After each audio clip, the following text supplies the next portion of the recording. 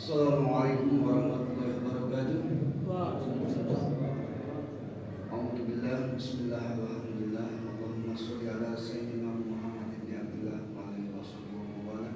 Rabbi sholli sadri wa yassir li amri wa hlul 'uqdatam min lisani yafqahu qawli. Puji dan syukur kita panjatkan kehadirat Ilahi Rabbi Allah Subhanahu wa taala yang mudah-mudahan memberikan kepada kita kemudahan di dalam mempelajari kajian fikih ini. Bukan sebaliknya malah merasa diri susah atau sulit atau kekhawatiran apalagi ketakutan.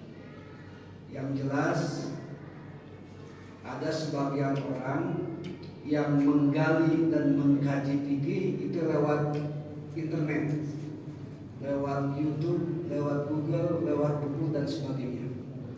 Sebetulnya urutan yang paling terbaik, yang lebih berkah itu adalah lewat guru dulu. Makanya hadirin sebaiknya punya guru dalam hal fikih, dalam hal tauhid, tafsir dan sebagainya. Imam Bukhari itu gurunya lebih dari 1.700. Tapi beliau tetap bermazhab Imam Asy-Syafi'i. Nah, gitu ya. Kenapa ulama-ulama terkenal zaman dahulu itu banyak gurunya?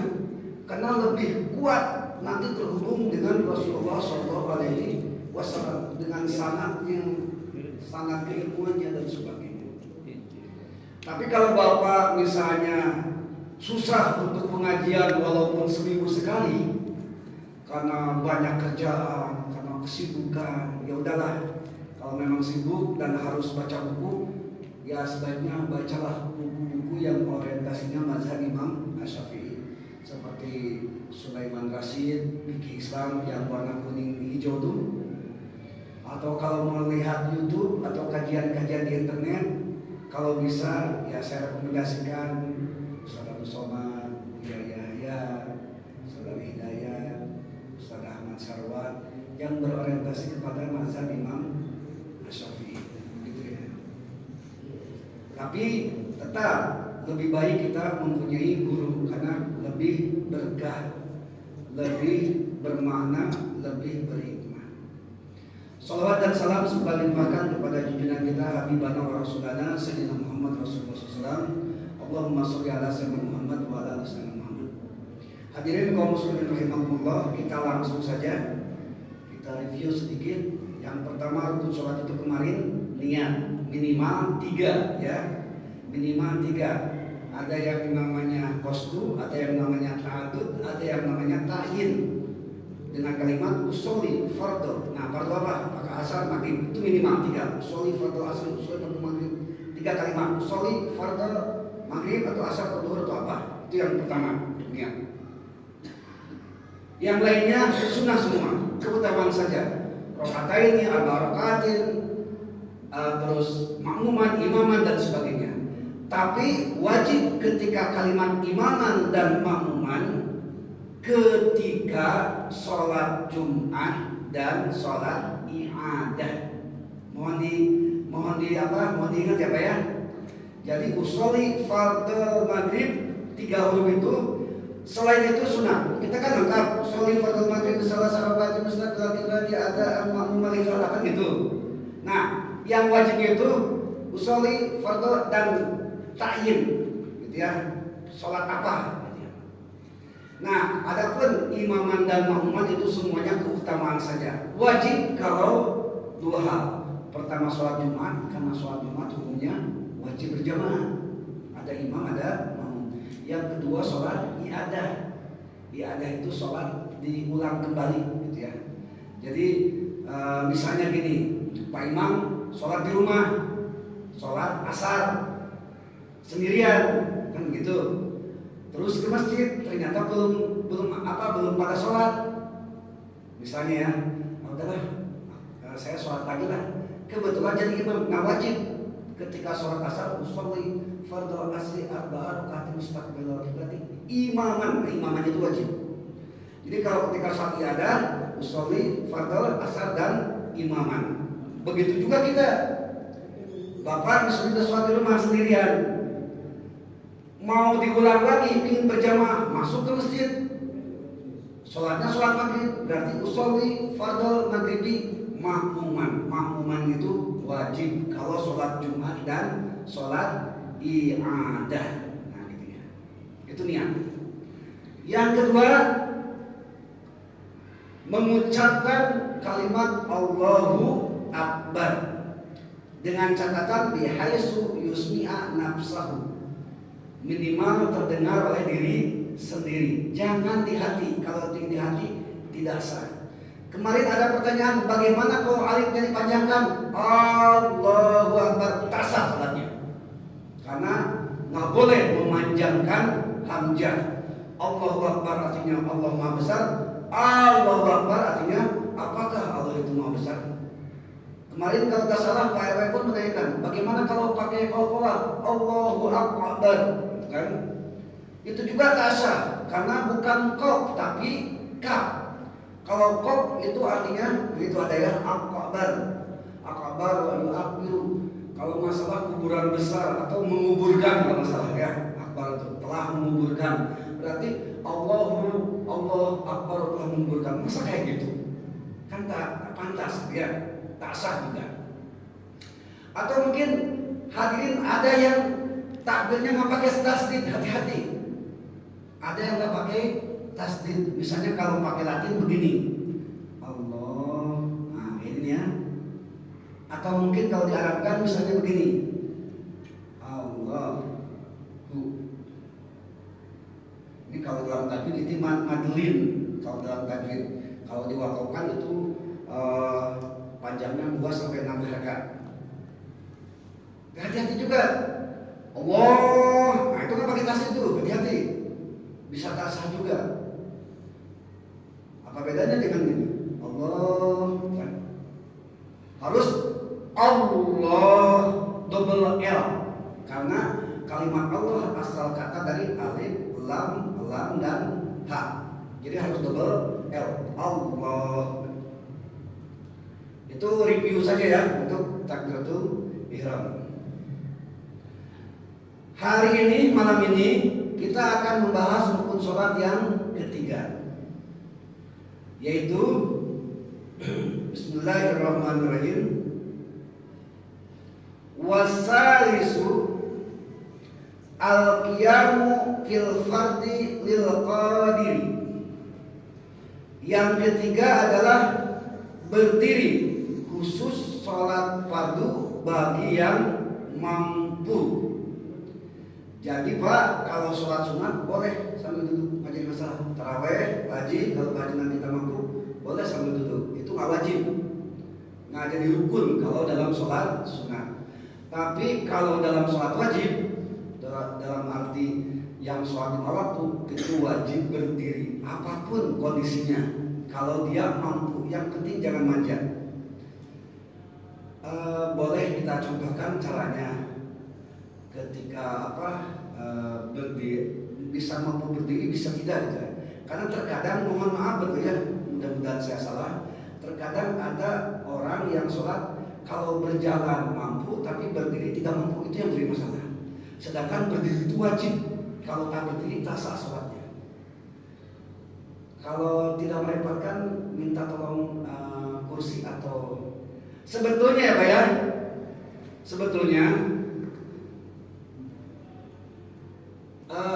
keutamaan ketika tidak mampu berdiri itu duduk iftiros, duduk seperti duduk atahiyat awal, itu keutamaannya. Ini kursi itu nomor sekian sebetulnya, karena kalau posisi kursi dia yakin tak bisa ruku dan tak bisa sujud, tak bisa duduk di antara dua sujud. Berapa rukun tuh yang kena? Sujud 2 kali kena. Duduk di antara dua sujud 1, 3 berarti. Ruku 4, i'tidal 5. Ya Allah ya Rabbi. Gimana sholat kita nih? Mohon maaf ya, saya agak memang harus diperjelas. Kira-kira saya minta saran sama jemaah, contoh duduk terbaik atau duduk di kursi atau gimana untuk mencontohkan gitu. Semuanya ya. Dari yang nomor sekian dulu lah, berarti dari kursi ya. Ini mohon maaf ya Pak Haji, bukan bermaksud mengajari. Ini mungkin tutorial ketika kita tidak mampu berdiri gitu ya Pak Haji ya. Paris, sini. Saya contohkan dengan anak saya aja lah. Maju ke depan. Soalnya kalau di orang tuh saya tak berani. Maju lagi. Di sini aja, di sini aja. Supaya kelihatan. Oh, balik sana boleh. Miring aja Pak. Itu aja. Enggak, balik sana juga nggak apa-apa. Supaya gitu.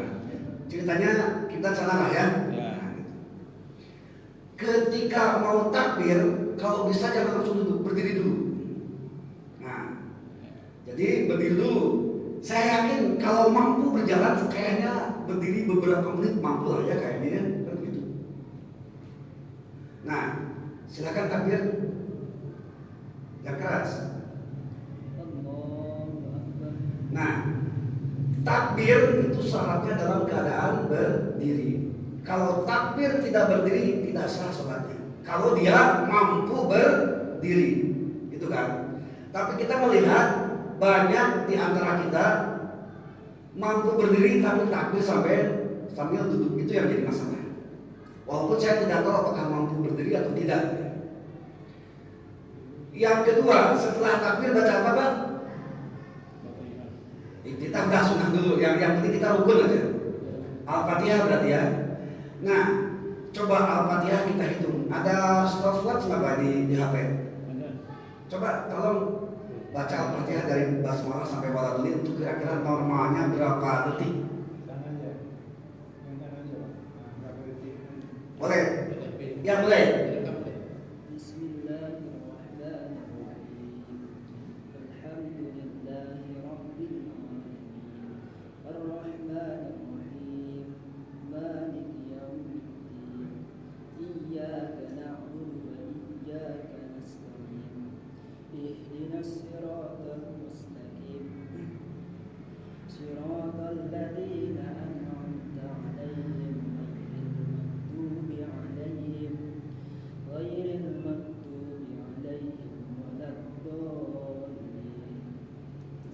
Kira-kira berapa detik Pak?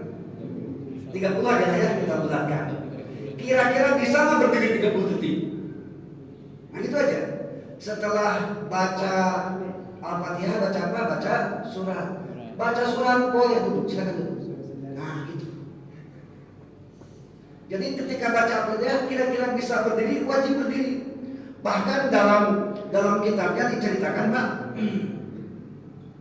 Mana tadi ya?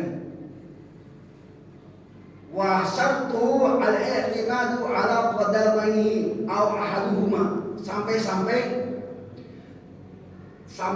Pak, kalau seidealnya berdiri 2 kaki, kalau kakinya buntung misalnya boleh sebelah, itu dalam rukun sholat ya, bahkan harus gini, misalnya ceritanya nggak ada kakinya, bahkan kalau tak mampu bersandar tak apa-apa. Kalau betul-betul tidak mampu, jangan mampu berdiri tapi masih bersandar, itu yang makruh. Nah gitu ya. Ini yang membolehkan bersandar karena memang kadang mampu kadang tidak ya. Terutama pas tidak mampu. Nah gitu. Sampai begitu Pak teks kitabnya. Sampai carilah alat bantu untuk bisa berdiri. Berarti pakai apa tuh? Pakai yang paling mirip kalau bisa. Gitu ya. Saking wajibnya berdiri. Jadi ketika baca surat itu boleh duduk. Yang jadi masalah coba ruku. Rukunya masih bisa. Berdiri lagi, pas sampai surat misalnya ya, baru ruku. Coba ruku. Nah, gitu ya. I'tidal masih bisa kan? Gak duduk. Nah, yang jadi masalah adalah dia melakukan sujud, duduk di antara dua sujud dan sujud kembali. 3 rukun sholat yang terlewat. Itu kelemahan pakai kursi. Nah, itu masalahnya. Ya? Kenapa? pakai kursi. Tak ada di mana? Oh, termasuk tahiyat juga. Kan begitu. Tapi kalau duduk iftiras, coba iftiras. Duduk tasyahud awal. Ini bisa kena semua, Pak. Duduk iftiras itu idealnya begini, Pak ya. Ini dilipat, ini disangga, menyangga mata. Kalau saya terus terang aja Pak RW tak bisa. Ini pernah kena tabrak, jadi agak kurang gitu lah. Nah, itu iftiras dia seperti ini. Nah, kalau duduk iftiras itu semua bisa. Silakan berdiri lagi. Baca takbir lagi. Tak apa-apa lah, terserah. Takbir aja. Itu berdiri. Waladhdallin. Amin. Silakan duduk iftiras. Nah, kalau kira-kira tidak mampu begini aja. Apalagi kalau surahnya panjang gitu ya. Kecuali surah Al-Kautsar ya udahlah. Kalau Al-Kautsar kan paling berapa detik ya, kan gitu. Nah, kebetulan pakai surah panjang. Terus pas mau ruku boleh berdiri lagi.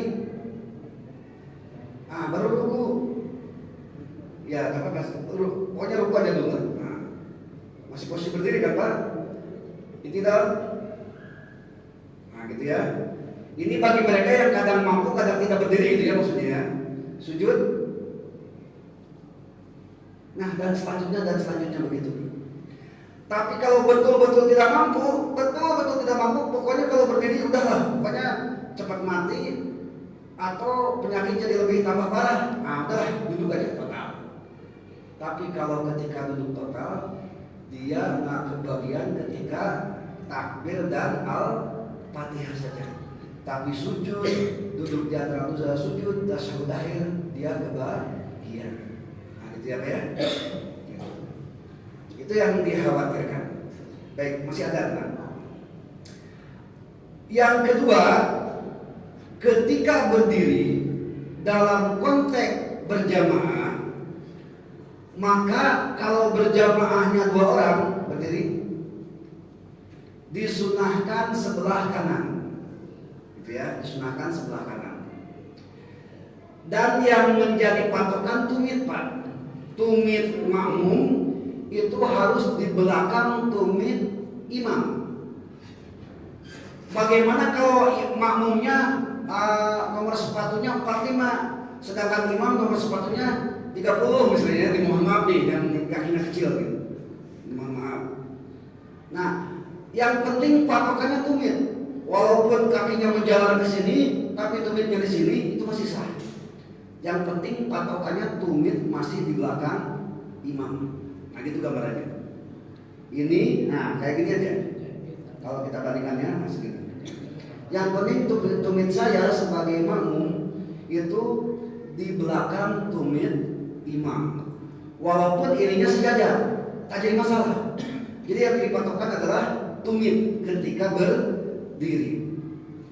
Bagaimana kalau imam misalnya lagi duduk? Yuk, kita sholat berjamaah diimami oleh orang yang tak mampu berdiri, bisa, tidak jadi masalah. Nah, caranya adalah makmum harus di belakang bokongnya imam. Nah, jadi jangan sampai melebihi, jangan sini, tapi harus di belakang bokongnya, jangan melewati bokong gitu maksudnya. Tumitnya, lagi-lagi yang jadi patokan adalah tumit. Bagaimana kalau imamnya sambil berbaring? Coba berbaring, kayak mayat, hadap utara, wajah hadap kiblat, kepala di utara. Kepala di utara, kepala menghadap utara, menghadap kiblat. Tapi kepalanya di utara, kayak mayat gimana? Nah, miring. Nah, udah gitu. Ceritanya sakit ya, Pak ya? Coba posisi bersedekap. Enggak kayak tadi udah. Nah, gitu. Nah, kalau ini diusahakan jangan jangan kakinya patokannya. Jangan melebihi lambungnya. Jadi yang jadi ukuran adalah lambung imam. Apalagi kalau imamnya agak gede, gemuk gitu ya. Nah, yang terakhir sambil terlentang, kepala ke timur, kaki ke barat. Ya, kepala ke sana, kaki ke. Nah, cara sholat terlentang itu kepala pakai bantal ya Pak ya, supaya wajah menghadap ke kiblat gitu. Jangan pakai alas, harus pakai alas. Gimana caranya wajah kita menghadap ke kiblat? Ini diluruskan. Bagaimana cara makmum imam yang terlentang? Maka batasannya adalah kepala. Nah, di sini jangan melewati kepala kakinya.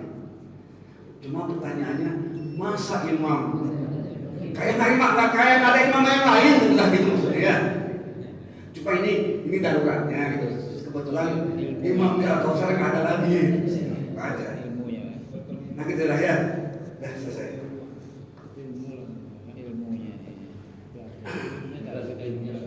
Ya. Yang jelas nggak mungkin kejadian lah kayak imam cuma satu orang saja ya. Itu aja intinya. Masih banyak bahasan tentang Al-Qiyam. Sebelum saya lanjutkan, barangkali hadirin ada yang ditanyakan, silakan sambil saya iklan dulu. Ya silakan. Tadi kayaknya udah menyinggung masalah berjamaah ya. Kita qiyam aja dulu lah. Karena kebetulan qiyam ketika posisi berjamaah. Kalau qiyam posisi berjamaah silakan. Asal jangan dulu Al-Fatihah berjamaah, itu nanti ceritanya lain lagi. Kita masih Enggak, saya tadi teringat masalah jarak sholat. Karena kebiasaan yang kita alami Ustaz, jarak sholat kalau kita berjamaah itu kan renggangnya terlalu kali. Renggang, dalam jaraknya mau kadang-kadang dari ini imam, kalau makmumnya di sini kalau berdua. Apa jaraknya itu? Ya. Itu Ustaz. Jadi berarti yang benar yang seperti tadi gitulah. Yang itu patokan minimal. Jadi yang penting patokannya tumit. Kalau berlebih boleh. Berlebih juga boleh. Minimal. Bahkan dalam mazhab Imam Hanafi itu 300 dirham, 150 meter itu boleh kan ya. Asal dalam satu masjid, bukan beda bangunan gitu. Nah gitu. Jadi itu itu kalau berdua ya. Kalau udah makmum yang udah lain cerita lagi, beda lagi. Itu udah posisi normal seperti sholat berjamaah seperti biasa. Kalau tadi saya kan contohnya hanya 2 orang ya. Karena itu Ustaz, kalau ngasih kode itu sebelum sholat atau sesudah sholat? Masih kode apa? Kita mau datang masuk, tiba-tiba kita pengen berjamaah. Sebetulnya nggak usah pakai kode. Walaupun dia sholat sunnah, kita niatnya fardu, sah sholat berjamaahnya. Gitu. Contoh ya, contoh. Oke lagi. Ya, apa boleh buat? Karena ada prototipe yang lain. Kira-kira nih misalnya sholat ba'da zuhur ya, berapa rakaat? 2 ya, oke. Setelah di posisi sholat, saya misalnya saya tak tahu menang ini sholat apa. Yang penting niatnya berjamaah. Langsung aja masuk. Nggak usah main tepuk-tepuk begini, buat apa maksudnya ya tepuk-tepuk? Nah itu masalahnya. Ini kan kebanyakan ya. Enggak, sampai sekarang saya belum nemu hadis ini, saya nggak bisa jawab. Apa yang bertanya? Al-asl fil ibadah al-mutlaq, kata itu tak ada li wujubihi aw limantubihi. Asalnya ibadah itu tasah, sehingga ada dalil yang menunjukkannya boleh atau tidaknya, sunnah atau wajibnya. Saya belum menemukan nepuk gitu maksudnya. Jadi nggak boleh kalau gitu. Kan gitu. Masuklah saya di sini ya. Nah, saya duhur 4 rakaat, dia 2 rakaat. Ketika dia atahiyat akhir, assalamualaikum, saya mufaraqah. Tinggal bisa 2 rakaat. sah sholat berjamaah seperti itu. Mundur. Nah, silahkan saja. Yang penting syaratnya sama-sama satu gerakan. Ada rukunya, ada sujudnya, ada tasahudnya. Kalau sholat jenazah nggak boleh. Itu nggak boleh. Ada orang lagi sholat jenazah ikut makmum, dia sholat duhur, nah itu baru tak sah. Karena gerakannya berbeda, tak ada ruku, tak ada sujud, tak ada tahiyat. Nah begitu. Jadi kalau tidak, karena belum ada keterangan, jangan duduk lah. Itu aja. Ya, pakai kode nggak apa-apa. Ya. Dia udah tahu lah kita jadi. Gitulah. Makmum ya. Ya baik. Dengan juga mungkin tahu lah. Asal pahamnya sebelum sholat lah ya. Dia membuat Ustaz, yang membuat yang orang-orang yang kode itu. Karena memang ada posisinya demikian. Pahamnya begitu dari Ya. dia. Makanya saya dari dulu ketika kajian saya mohon maaf hanya stop di mazhab Syafi'i aja. Mohon maaf betul. Kalau sampai kita perbandingan mazhab, ya Allah ya Rabbi, maaf. Gitu juga. Kalau Bapak baca bab sholat imam apa khusus hadis Bukhari itu cara angkat tangan aja 3 lebih caranya. 3 lebih khusus imam Bukhari, apalagi imam Muslim, apalagi At-Tirmidzi, apalagi misalnya Baihaqi dan sebagainya. Jenazah. Mau sholat jenazah ya? Iya. Jenazah. Bisa.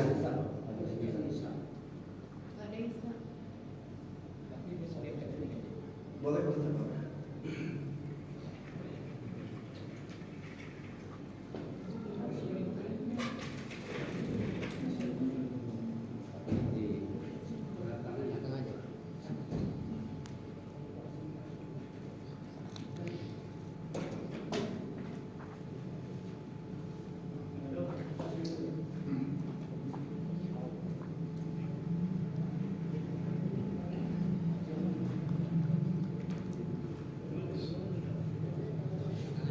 Pak Imam di luar atau di dalam?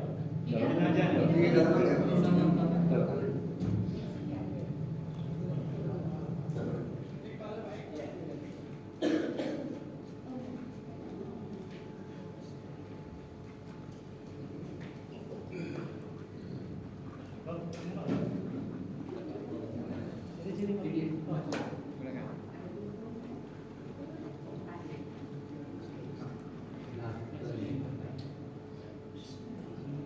Sini Pak.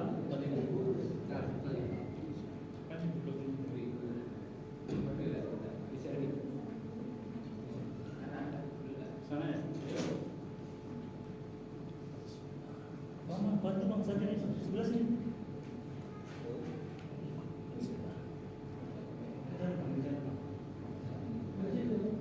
Oh gini ya.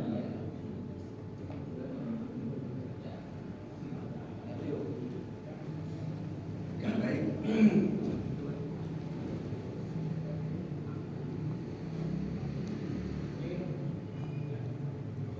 Entah berapa puluhan kali, ratusan kali kita melihat orang yang meninggal. Terkadang jarang kita menjadi bahan pelajaran, teman. Jarang menjadi apa istilahnya tadabbur buat diri sendiri bahwa suatu saat kita pun akan menyusulnya.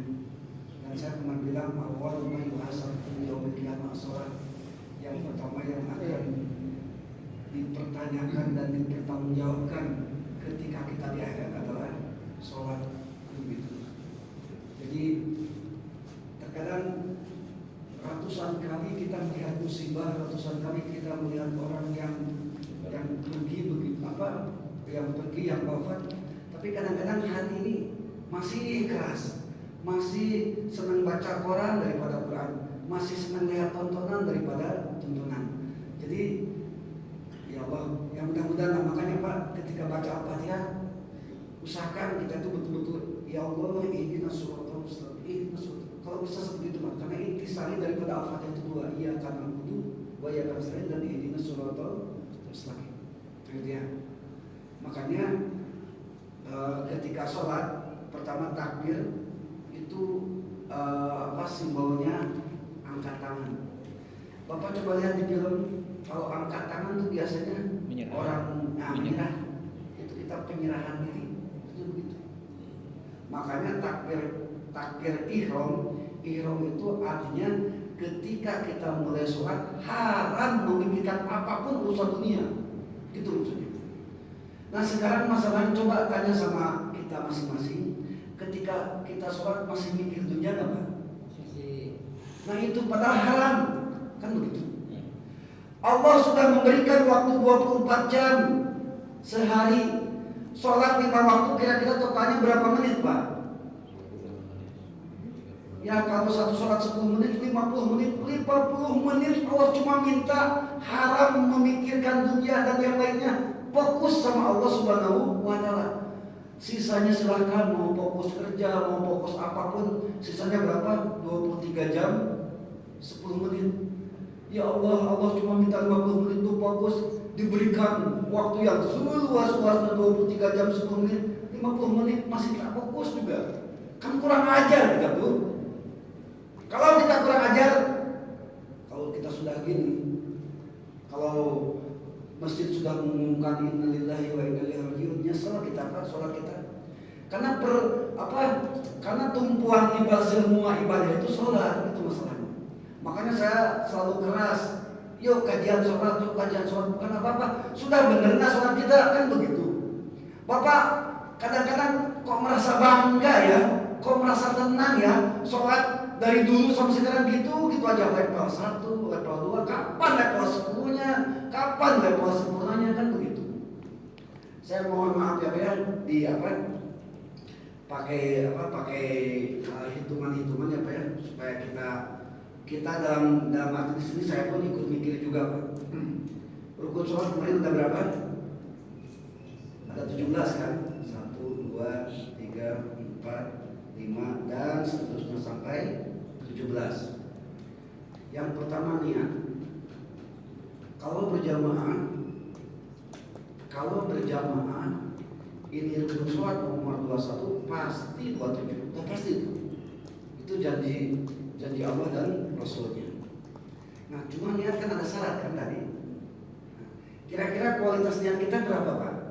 27 itu udah sempurna lah kalau berjamaah. Misalnya kita tahu diri ya, ternyata cuma setengahnya. Nah, misalnya sekitar berapa? 14 misalnya. Kan seperti itu. Yang kedua takbiratul ihram. Ini 27 juga. Ah, kira-kira saat takbiratul ihram sudah memenuhi syarat nggak kita? Allahu Akbar misalnya. Syaratnya yang ada kemarin 16 itu belum lagi huruf-hurufnya dan segala macamnya. Waduh, takbir saya repot juga ya, gimana ya? Karena berjamaah mungkin nilainya 10 lah. Ini baru berjamaah. Gimana kalau yang sendirian? Berapa nilainya? Kan begitu. Yang ketiga, qiyam atau tadi berdiri. Ada di antara kita yang mengorbankan rukunya, mengorbankan i'tidalnya, mengorbankan sujudnya, mengorbankan duduk di antara dua sujud, mengorbankan tasyahud akhir, padahal masih mampu berdiri. Mohon maaf, itu masih tak sah sholatnya. Berarti kalau dia berjamaah, ya Allah alam, karena tidak memenuhi syarat, ya udah tak sah, berarti nol saja. Ini mohon maaf, kan begitu.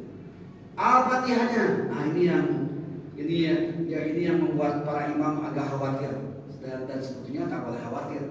Karena peningkatan kualitas Al-Fatihah itu bukan mengkhawatirkan, justru harus menjadi optimis.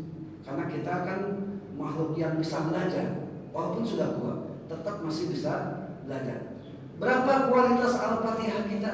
Contoh, Alhamdulillahirabbil alamin. Ada yang Alhamdulillahirabbil alamin, ada yang pakai ain, ada yang pakai alif. Kalau pakai alif, segala puji bagi Allah Tuhan yang menyakitkan. Kalau pakai ain, segala puji bagi Allah Tuhan semesta alam. Tak beda. Belum lagi makhrajul hurufnya, kan begitu ya. Belum lagi syarat-syarat Al-Fatihah, nanti kita bahas ada 10 syarat dan sebagainya dan sebagainya. Nah sekarang kalau kita nanti sudah mempelajari rukun sholat, kualitas sholat kita di hadapan Allah kira-kira berapa kan begitu. Kalau kira-kira belum memenuhi standar 27 kalau berjamaah, yuk tingkatkan, yuk ngaji. Sudah tahu di kualitas di bawah standar, nggak mau ngaji-ngaji. Nah itu apa namanya? Itu aja. Bisa dipahami ya Pak ya? Ya maksud saya gini, kita kan boleh menilai sendiri sholat kita, karena yang tahu nilai sholat kita kan diri sendiri sama Allah Subhanahu wa Ta'ala. Waduh, sholat kita masih kurang nih kualitasnya. Kalau merasa masih kurang, ngaji kan gitu maksudnya. Berarti mafhum mukhalafannya, kalau yang tak ngaji sholatnya udah 27, udah lengkap, udah sempurna, ya terserah, silakan. Tapi kalau sudah innalillahi wa inna ilaihi raji'un, demi Allah pasti menyesal. Kenapa? Karena tidak diberikan kemampuan oleh Allah untuk berusaha memaksimalkan ibadah. Sebetulnya kita bisa berusaha memaksimalkan ibadah, apalagi sejauh-jauhnya masjid. Nggak mungkin sampai 5 menit, sampai 10 menit, sampai 1 jam, nggak mungkin. Pingin cepat tinggal naik motor, kan begitu? Ya gambarnya seperti itu Pak. Jadi sebetulnya tak ada alasan, apalagi kita cuma seminggu sekali. Dari semua malam cuma malam Sabtu yang dipakai untuk ikhtiar di hadapan Allah. Ya Allah, memang kualitas sholat saya rendah, tapi saya sudah berusaha ya Allah. Innallaha la yughayyiru ma biqaumin hatta yughayyiru ma bi anfusihim. Ya Allah, nilai itu usaha kitanya. Saya sebagai guru Pak, ketika memberikan ujian kepada anak nomor 3 sulit, anak nggak mau capek, dikosongkan aja, udah yakin itu 0 nilainya. Tapi anak 3 itu diisi dia semampunya, walaupun salah, setidaknya guru yang bijaksana itu memberikan upah menulis, kan begitu. Bapak rutin kajian, baik kajian apapun lah terserah, terutama kajian fikih sholat misalnya ya. Tapi tetap aja kualitas sholatnya buruk. Allah guru aja bijaksana, apalagi Allah yang maha bijaksana. Tak apa-apa, la yukallifullahu nafsan illa wus'aha. Karena memang kemampuan sholatnya seperti itu, tapi usahanya maksimal. Di antaranya tetap berusaha untuk menghadiri kajian, kan begitu ayat. Itu maksudnya Pak ya. Yang lebih parah, sudah kualitasnya buruk, tak mau berusaha. Nah ini yang jadi masalah. Percis yang kayak ulangan, sulit, tak diisi kosong, ya jelas lah dapat 0, kan itu maksudnya Pak ya. Baik, kita lanjutkan lagi. Jadi posisi al-qiyam seperti itu ya Pak ya. Posisi berdiri dalam sholat baik sendiri ataupun kalau berjamaah memang agak berbeda. Berapa menit lagi Pak Imam? Saya mau lanjut ke nomor 4. Ya sudah masuk nih. Satu kedengaran, satu ini enggak. Oh, selesai.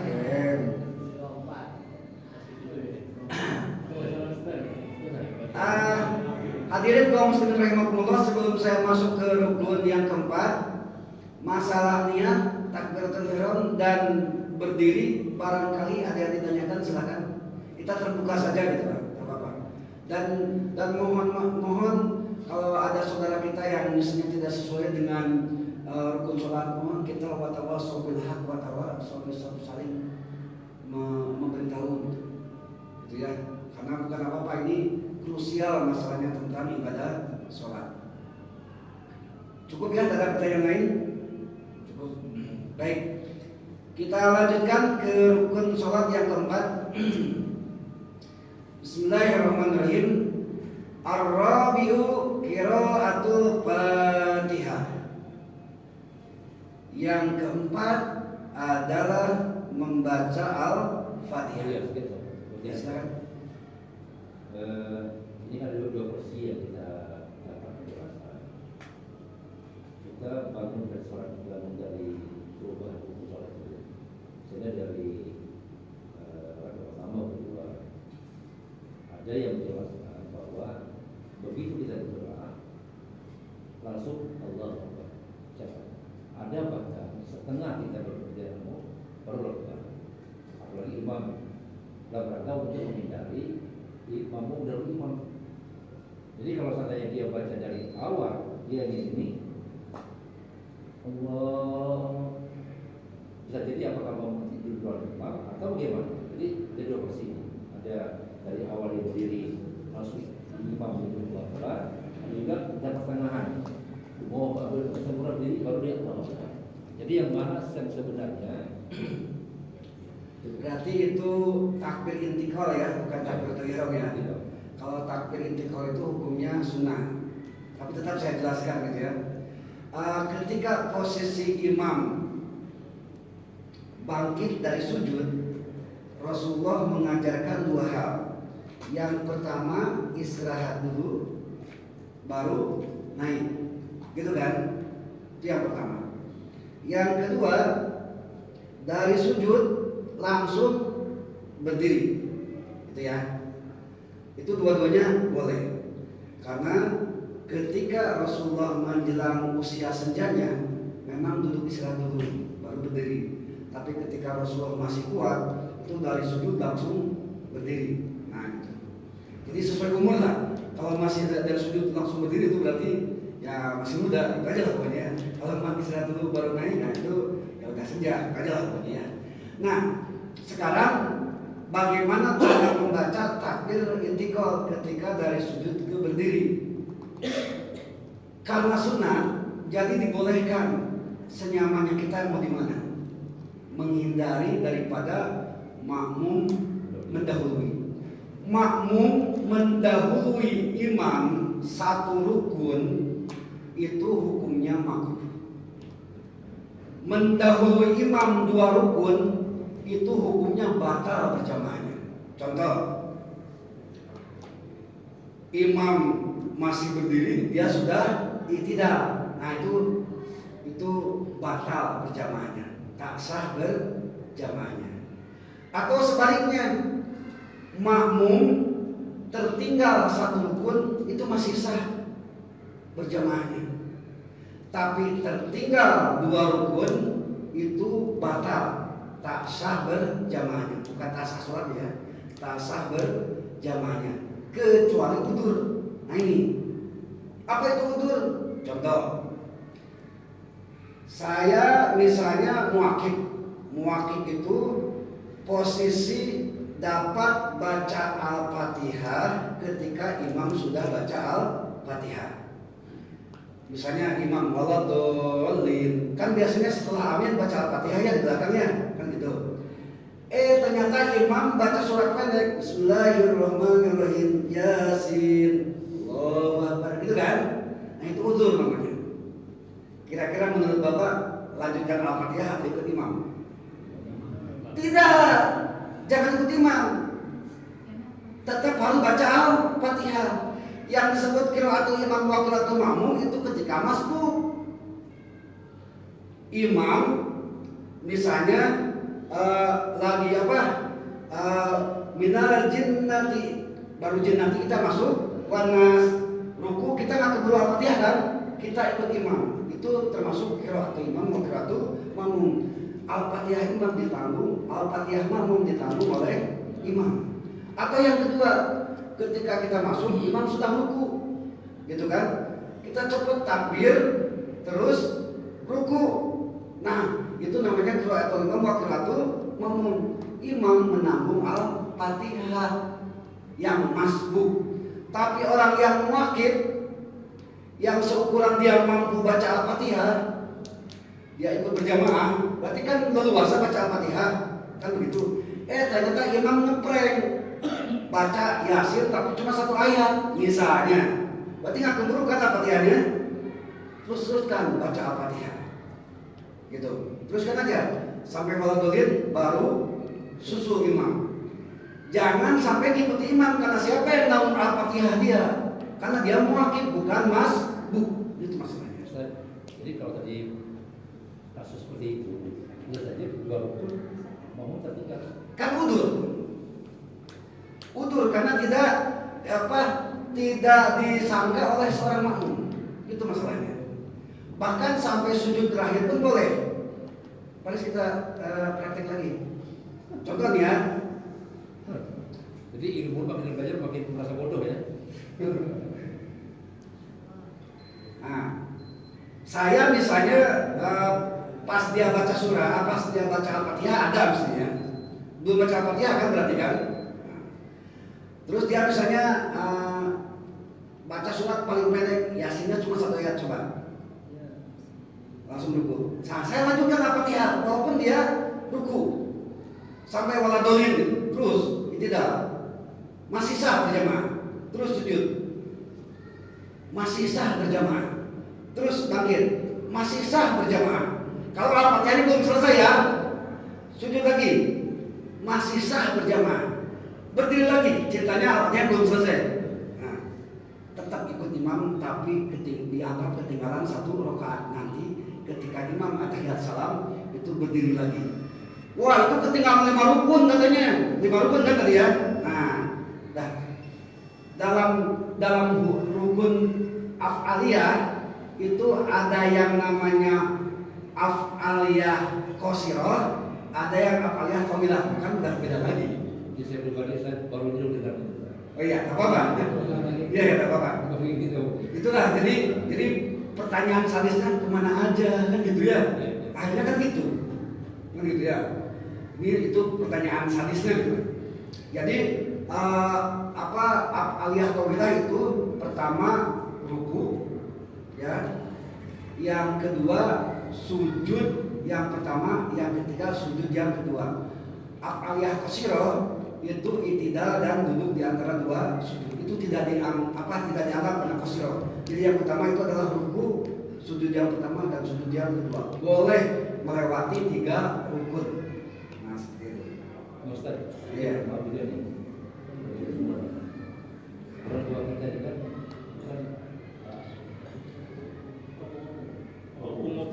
dia kan di pojok posisi.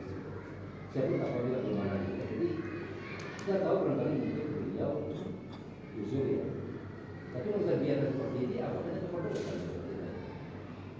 Artinya gini, dia benar-benar cuma habis itu, nah saya itu. Kapan-kapan yang jadi ini mohon maaf nih kita itu. Jadi sebenarnya tiba-tiba pas selesai gitu kan. Ya ayyuhalladzina amanu qu anfusakum wa ahlikum. Jadi keluarganya aja dulu yang mengingatkan. Nah, iya. Karena kalau disampaikan pun belum tentu nyambung. Oh, berarti udah agak setengah itu gimana? Oh, itu gitu ginilah.